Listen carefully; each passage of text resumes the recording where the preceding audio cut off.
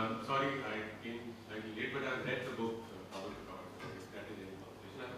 My question is that there is the time gap between 1984 and 2004 is, I mean, a 2002. lot has 2002. 2002, sorry. Yeah. A lot changed in India in between. Yeah.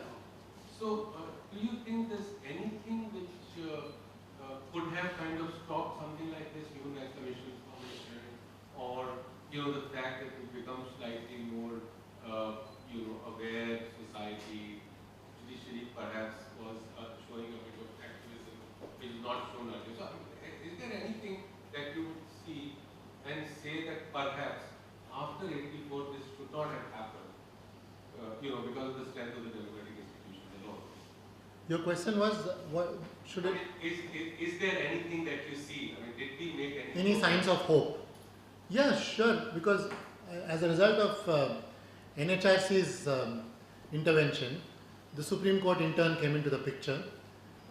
There was no NHRC in '84, and despite efforts made by some NGOs, both the Delhi High Court and the Supreme Court refused to intervene in the context of '84.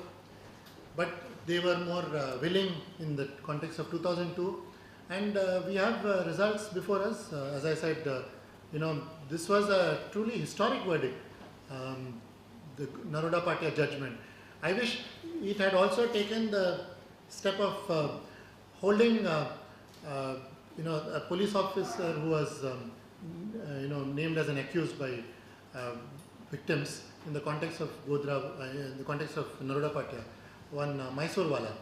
Now, the judgment says that yes, through the day, he was absolutely indifferent to his duty. He was in fact sending out messages saying everything was under control, and he was acting in a very biased manner. He was not helping Muslims who were approaching him for help. But then, when this big massacre takes place in the evening, or when he comes across that massacre, she says that there were words to this effect, that this man who was behaving like Nero suddenly turns into some kind of an Ashoka. He suddenly becomes very repentant, and then he takes charge of the situation, and then begins rescue operations, and then fires in the air, and then there are no further killings. Now, sure, he deserves applause from the court for what he did after the massacre came to light in the evening. But what about all the negligence, the criminal negligence he showed through the day, all the actions that he could have taken and could have prevented that violence? For that, the court did not think it fit to indict him, and it spared him. Now, there were several such instances of policemen getting away. Had the policemen not been spared, it could have had a cascading effect. Because this man could not have done it all on his own. If he was acting in this manner, it was obviously because he got signals from his higher ups. There would have been evidence in the form of, telephone records, CDR. In fact, there was one intrepid officer, Rahul Sharma, who against all odds collected the CDR evidence, right?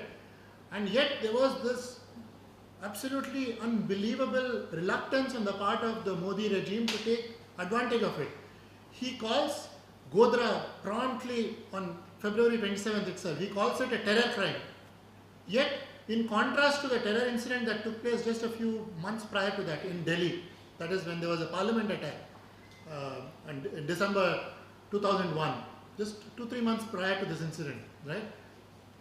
This how was that case cracked? It was essentially through CDR. It was through these telephone records. Now, if Godhra was a terror crime, and if Gujarat government is so strong on law and order issues, what would you have expected? You would have expected them to have taken full advantage of the CDR evidence, right? So whether it is Godhra crimes or post-Godhra crimes, there was such reluctance on the part of the Gujarat administration that Rahul Sharma's CD was taken note of only after this SIT was set up in 2008, and by then it was already in the public domain. Indian Express had carried a series of stories on the contents of this, on the significance of this CDR evidence, how it showed that these rioters were in touch with police officers and politicians, political leaders, and also with the CMO, Chief Minister's Office. All this is there in the CDR evidence. So they didn't want to touch that. SIT, despite the Supreme Court mandate, it very clearly comes through in the way they handle this evidence. They were so reluctant, even in this Naruda Patia case, when it was forced on them, because it was all out there in the public domain, that Maya Kodnani was implicated in this case. SIT had no choice but to arrest Maya Kodnani because her involvement was already out in the open, thanks entirely to the CDR evidence. So it had no choice but to arrest her. But then when it came to the trial, it made sure that the CDR evidence was not used against her. Why? Because if it is used against her, that same evidence can be used in other cases too, and even in this case, not just against her, but also against the police officers and politicians. So what did it do? It so happened that the mobile phone that she was using was originally allotted to BJP. It was not allotted in her name. Now, when there is such a gap in evidence, all that any lowly investigating officer would know, let alone an SIT headed by former CBI director Raghavan, Supreme Court mandated body and all that, right?